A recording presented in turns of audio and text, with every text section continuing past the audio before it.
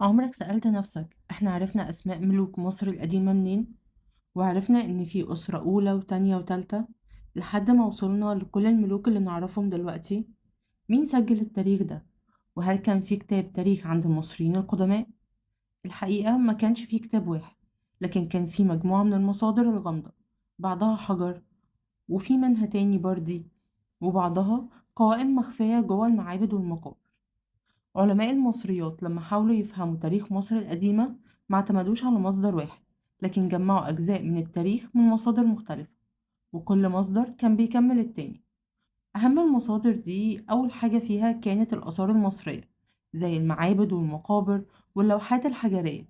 دي كانت أصدق مصدر للتاريخ، لأن المصريين نفسهم هم اللي سجلوا عليها أسماء الملوك وحروبهم وطقوسهم الدينية. كل جدار في معبد كان ممكن يكون صفحة من كتاب تاريخ.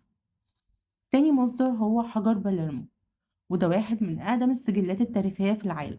حجر اتنقش عليه أسماء ملوك مصر من عصور ما قبل الأسرة، وسجل أحداث كل سنة من حكمهم زي فيضان النيل والاحتفالات وبناء المعابد.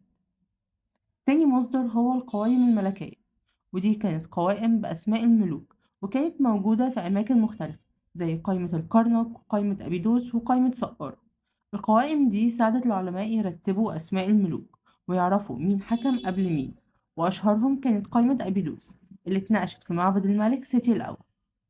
عندنا كمان بردية تورين، ودي كانت بردية طويلة جدا مكتوب عليها أسماء ملوك مصر ومدة حكم كل واحد فيهم بالأرقام. البردية دي كانت كنز حقيقي للعلماء، لأنها ساعدتهم يحسبوا التسلسل الزمني لحكام مصر.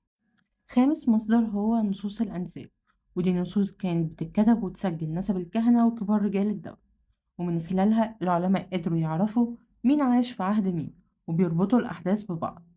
سادس مصدر هو تاريخ مانيتون، وده كان كاهن مصري عاش في العصر البطلمي وكتب تاريخ مصر باللغة اليونانية.